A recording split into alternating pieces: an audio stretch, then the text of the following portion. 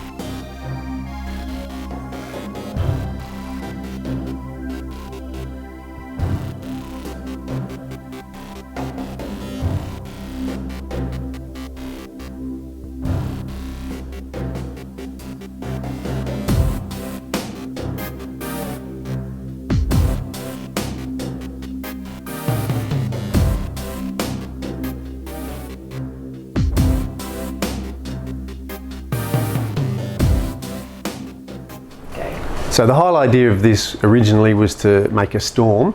So I'm just going to sit back now and see where the painting tells me, you know, where the clouds should be or where the waves should be doing, and really make it really dark and stormy.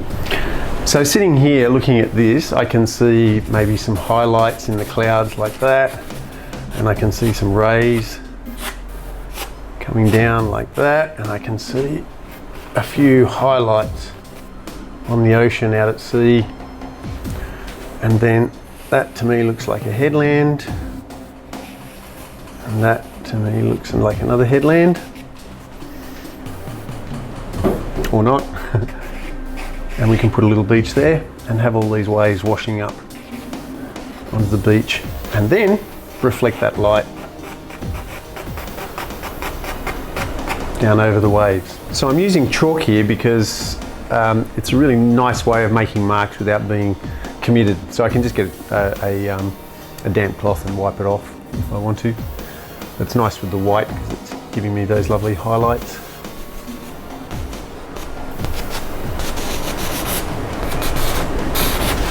So just to show you how useful the chalk is, I'm not totally sold on this idea here. So I can just go through and wipe it out a bit. So I want a little bit more drama here. I'm just going to bump up that area through there.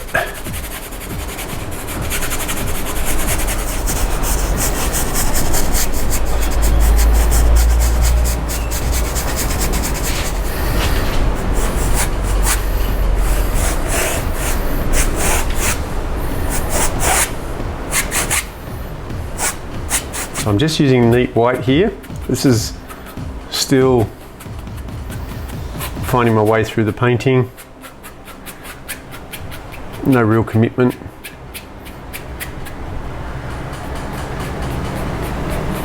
So I've added a bit of white to my grey sky colour, and I added a tiny bit of cad yellow medium to that too.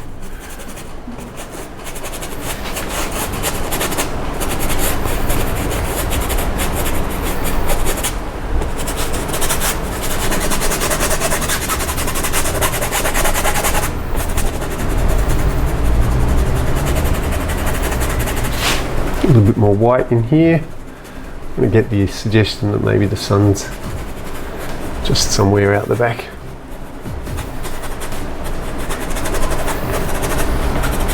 Whatever you put in the sky, you kind of have to represent in the water somewhere. So I'm just going to get a bit of that yellowy grey colour.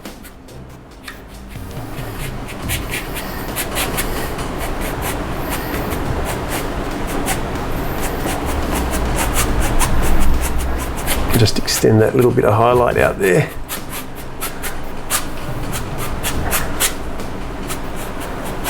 There's a really lovely principle I learned in the early days, and it's this whole process of warm to cool.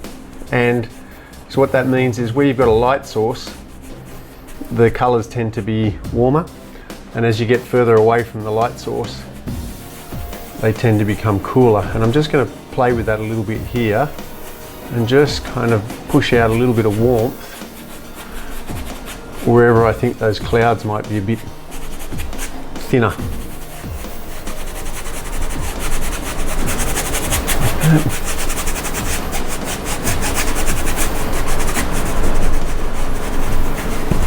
I'm using a fairly dry brush here and just kind of scrubbing it in.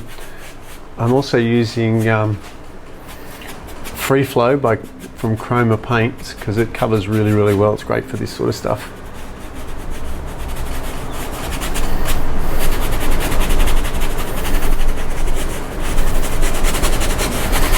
So near the light source, of course, I want to push out those warmer colours.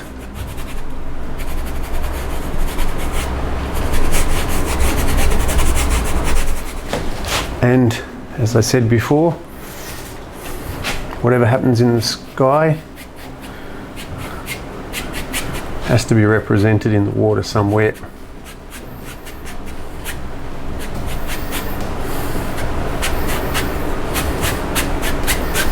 You can see that's starting to get a nice glow.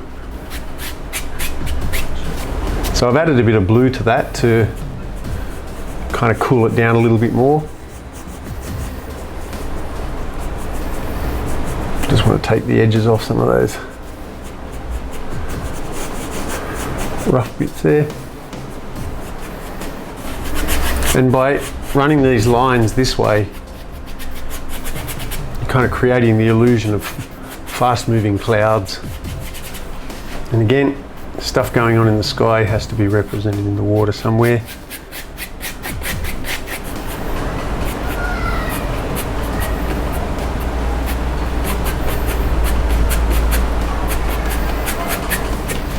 So I've just added a little bit more blue to that, and I'm just softening up that transition off into the distance.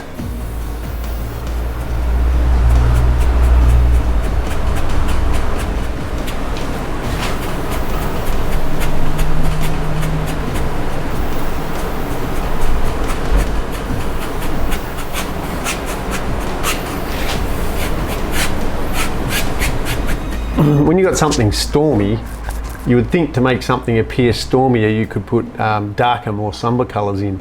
But strangely enough, if you put a brighter colour in, like say some French ultramarine blue and a little bit of white, and I've actually added a tiny bit of cadmium yellow to that, and strategically put that in a couple of places, what it does is it suggests that all this stuff is blowing in from out at sea, and that there was, prior to this, a little bit of blue sky showing through. And it's that contrast, that little bit of blue sky, that creates the illusion, or makes this seem much more ominous. It's almost like the whole lot's coming in over your head and shutting down all the light, and that may of course all be modified again eventually.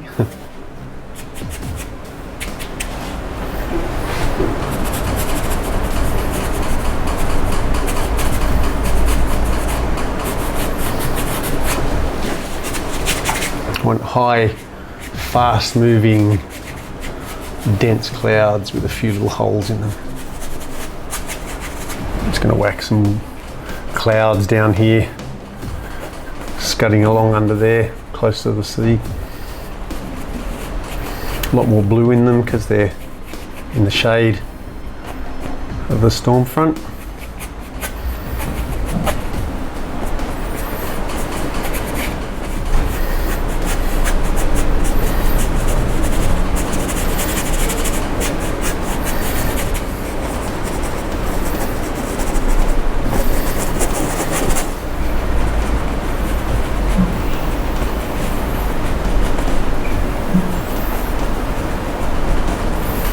Okay, and pretty much everything I've been doing to this point has been build. It's like this is the grand finale, the finishing bit.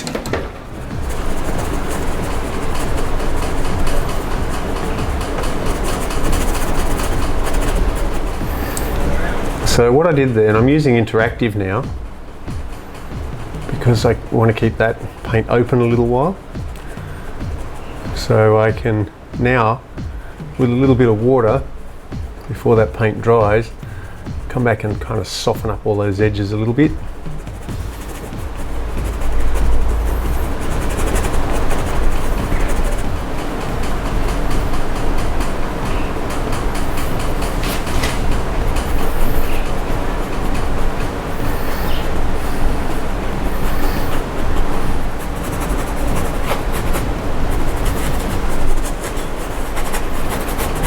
I'm sort of scrubbing it in here because I'm letting that kind of broken mottled finish kind of add to the drama. So now I'm just going to do the bit that'll really start to make this picture sing. Well, I think anyway.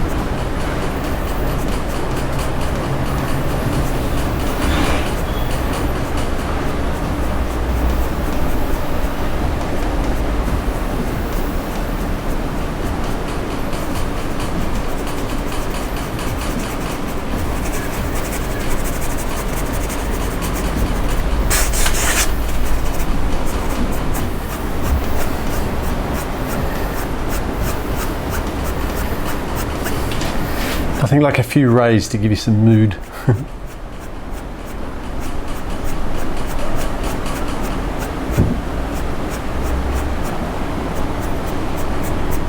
So I'm just going to cheat a little bit here. I want to define some of these waves a little bit, but I don't want too strong a colour, so I've just thinned my white right down, and hopefully they'll grey up enough when it dries to make it look like a kind of a natural transition.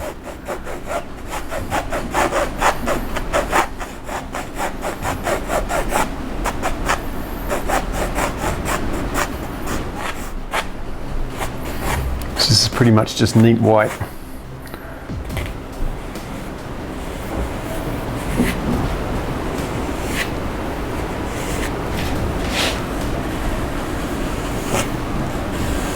Now I've just thinned this white with pure water, but you can use a medium if you want to, but to me it's just as okay to use water. You just got to be a little bit careful when you put your clear on it on the end, because it could be a little bit unstable. If you break it down with a medium, like a glazing liquid or something like that, it tends to be less unstable. So I'm just putting those lovely suds the waves leave behind them.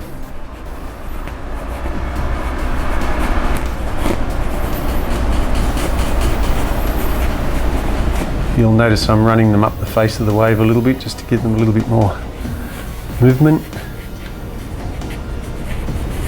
And you'll notice also that I'm holding my brush sort of parallel with the bottom of the canvas to kind of create the illusion of that being a flat plane there.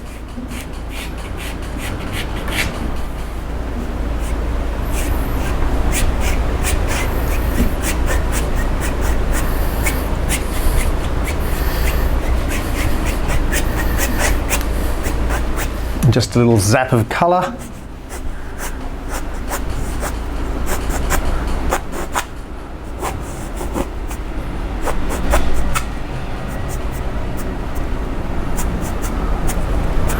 Some translucency to that water.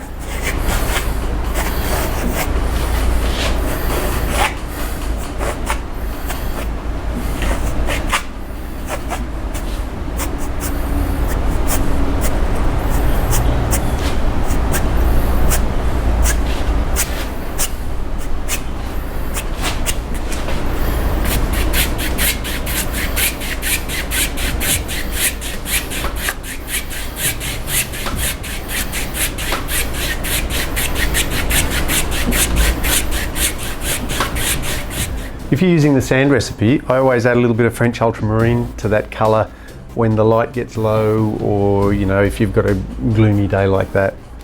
And wet sand and dry sand are still highly reflective, so I've just pushed a bit of white in there like that, and I'm also going to drag just a dry brush across there to help create the transition between water and sand. Now I've used black here in this picture, but I tend to stay away from it. But you can use it providing you bury it with a lot of other colours. So what I'm doing here, going back to that warm to cool thing I spoke about before, and just putting a bit of that yellow there in the light. This is our light source, but once the water becomes reflective, it becomes a light source as well. So we transition from white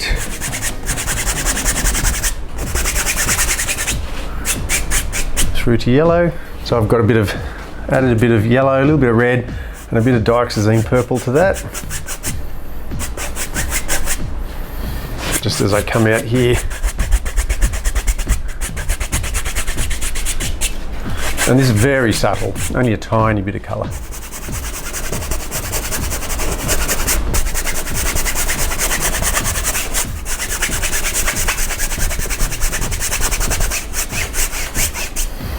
I think what I'll do is bump up these rays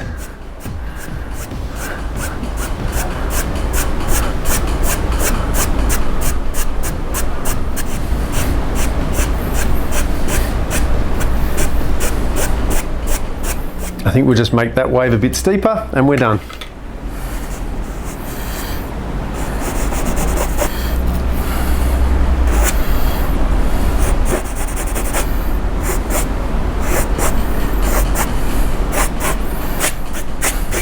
Okay, so we threw that canvas down, threw some paint at it, and just kind of pushed it around and basically just went on a journey, see where it took us.